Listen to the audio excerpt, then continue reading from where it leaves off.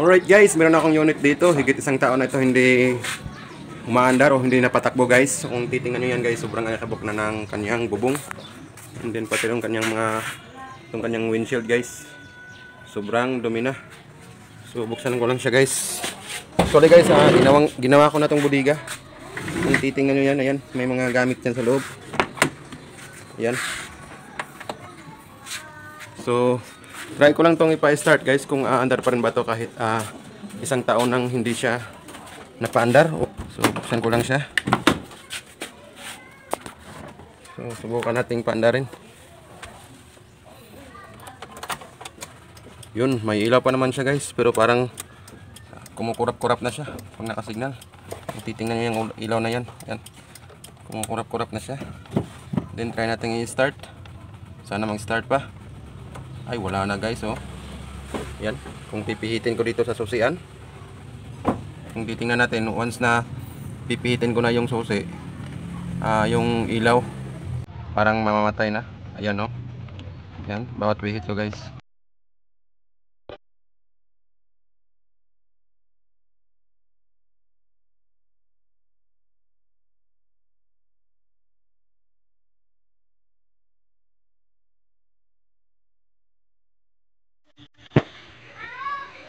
Guys, gagawa na lang ako ng charger guys, kasi nga yung pinsan ko nanghihiram lang ako ng charger sa kanya, and then sabi niya is nawala daw yung charger niya, kaya no choice ako.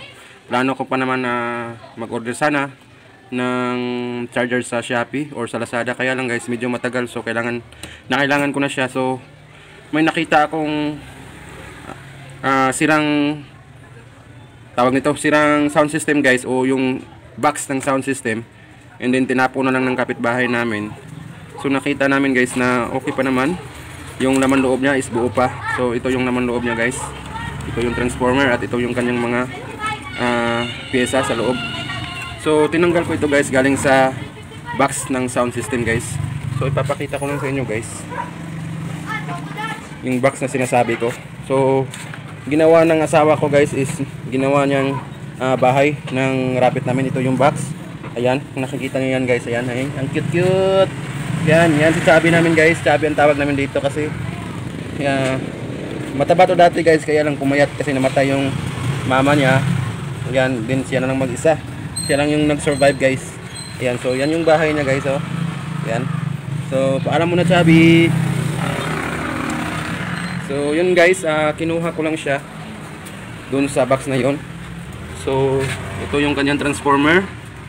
So stay tuned guys, kasi gagawin ko to, and then ipapakita ko sa inyo kung paano ko to siya i-wiring.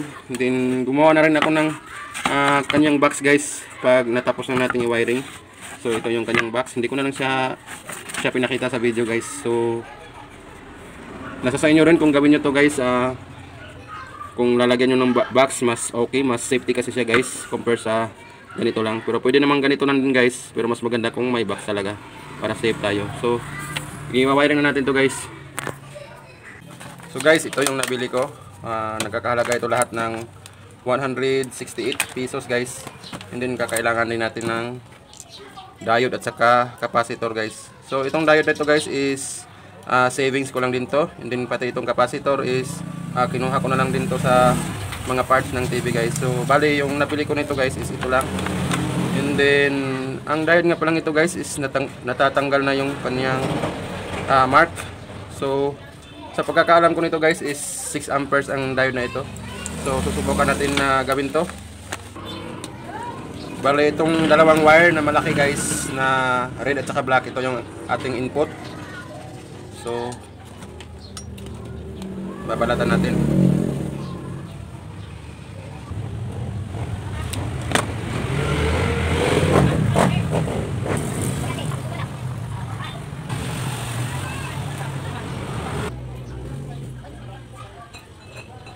So ayan guys, ito na yung wire para sa saksakan natin. So kakabit ko lang tong kanyang plug guys. So ito na siya ngayon guys. Naikabit ko na sa kahoy. So kahoy lang yung ginawa kong kanyang pinaka box. So kung titingnan nyo guys sa diagram nya, ayan, meron siyang ito 14 volts. Ang 14 volts guys, meron siyang tatlong wire, white, blue at saka white. So kung titingnan nyo, ito yun guys, tatlo, white, blue at saka white. Bale itong tatlong na to. Yan. So hininangan ko na lang siya guys kasi maikli na lang yung wire nya. So hindi na aabot sa diode na ikakabit natin. And then ang susunod naman niya guys, ito yung 10 volts na blue at saka blue. So ito yun guys, itong dalawang to, ito yung 10 volts. And then next is itong 23 volts na white at saka white. So itong dalawang to. And then next is yung 5 volts na yellow at saka yellow. Yan, ito namang dalawang to. Ito. So ang gagamitin natin is itong 14 volts na white, blue at saka white. So kakabitan natin tong diode dito. So ito yung 6 ampere na diode. Yan. Kakabit ko siya dyan. And then itong kanyang, so mayroon pala itong side ng negative guys. Hindi lang masyadong klaro sa video, pero itong side na to, titingnan natin. Dito na side guys, is ito yung parang may line na silver. So nabura na lang. So ito yung ilalagay natin sa negative side, sa gitna, itong blue. Ayan. So bali guys, kung sa negative side siya guys, ayan, itong sa gitna is yung lining nya. Ito yung negative. Yan, dito yung may lining na parang guhit na silver. So nabura na siya. So ganyan yung posisyon nya. Ayan. Ganyan. So ito yung negative. Ayan, dito yung may lining na guhit na silver. So ito connect natin dito sa blue na wire. Ito. Ihihinang natin yan dyan. And then ito namang positive guys. Itong dalawang to guys, itong puti, dalawang puti is ito yung positive natin. So sa positive naman guys, ulit lang. Bali yung kanyang, ilalagay lang natin dito guys. Bali yung kanyang guhit guys, ito yung parang silver na guhit na dito, na may line na guhit, is ito yung negative. So ang pagkakabit niyan is ganyan. So nakalabas naman siya, ito yung may guhit. So nakalabas naman siya diyan. So sana mag-gets nyo guys. So ibig sabihin dito na side ang may guhit na line na parang silver. And then sa negative naman is dito na side na may guhit na silver. So ihihinang ko to dito guys.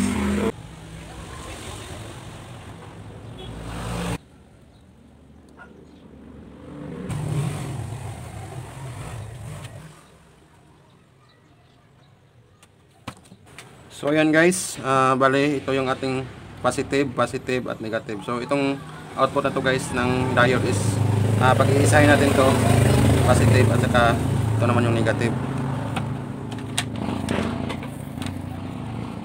So ito yung wire na kakabit natin dito, white at saka black. So itong red at saka black guys. So itong red is positive at saka itong black naman ay negative.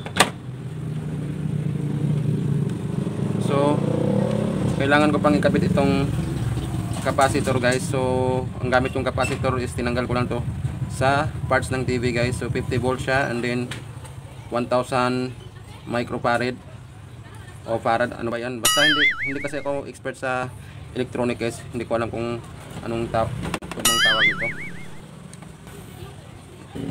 So ito yung negative guys, side ng capacitor. So dito ko sa ididikit sa negative din ng ating diode.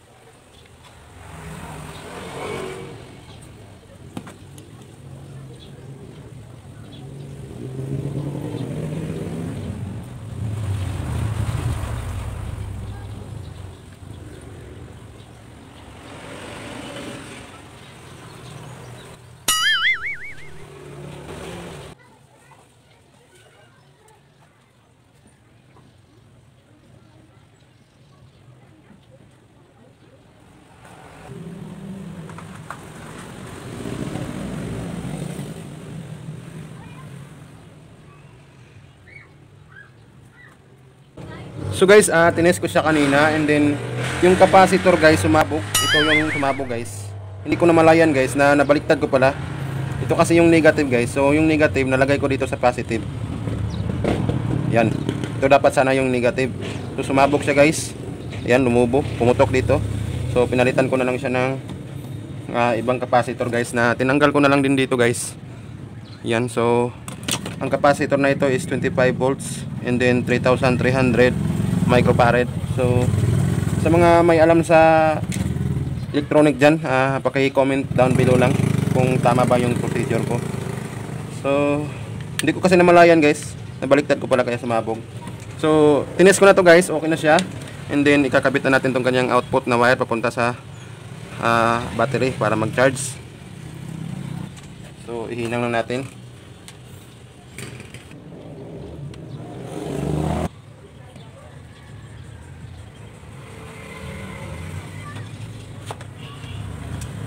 So ito na guys, isasaksak ko na siya.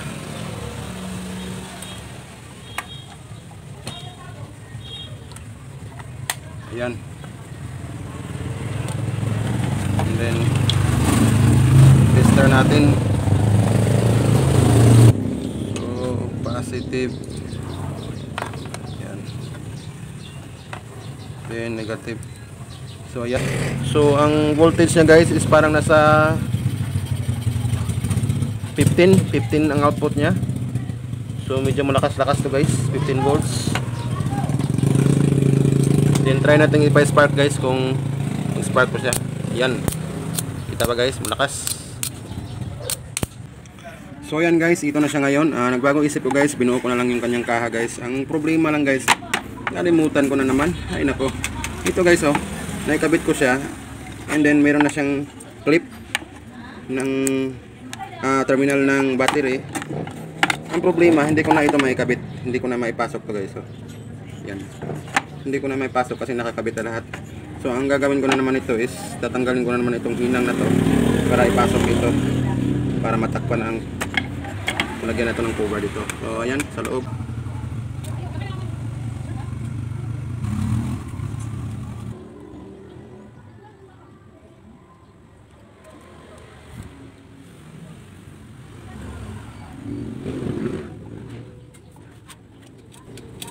So ayan guys, and then ilalagay ko na to dito cover. So bubutasan ko to para makikabit na natin to, and then mai-test natin guys. So ayan guys, finally natapos ko na rin siya, and then try natin i-test guys kung gagana ba siya. So meron ako ditong 12 volts na valve, and try natin kung talaga bang gagana siya. Ikabit. So pakikabit na lang ako nito, mang. Ang hirap.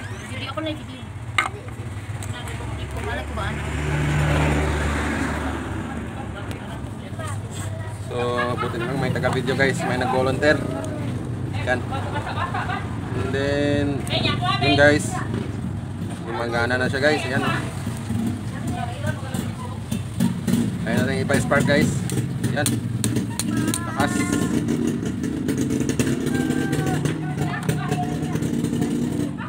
So try natin itong i-charge sa battery guys kung talaga bang mati-charge siya.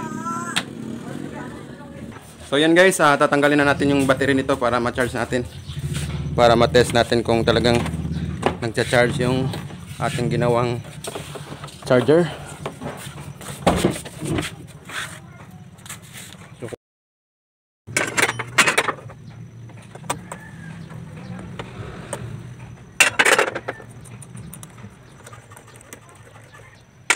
So lagay ko ang tali.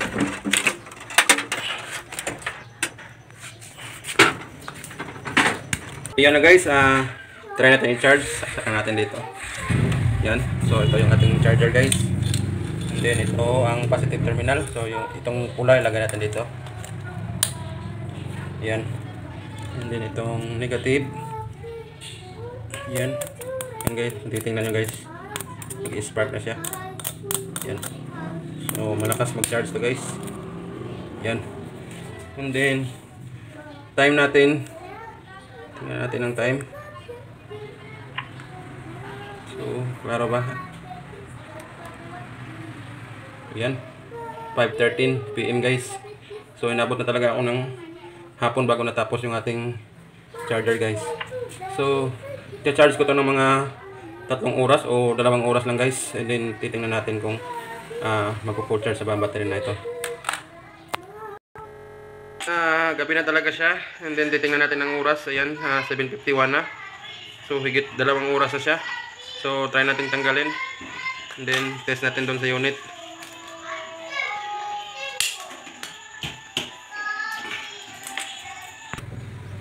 So ayan na guys, nakabit ko na ang battery na sinarge natin sa ginawa nating charger.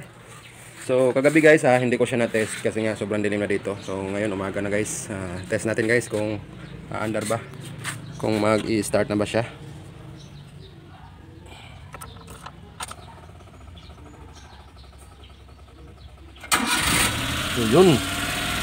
So yun guys, gumana yung ating ginawang charger, nag-i-start na siya. Ayan, so malinis na to guys. Linisan ko na to guys kasi ginawa ko talaga tong bodega. Nalagyan ko ng mga gamit.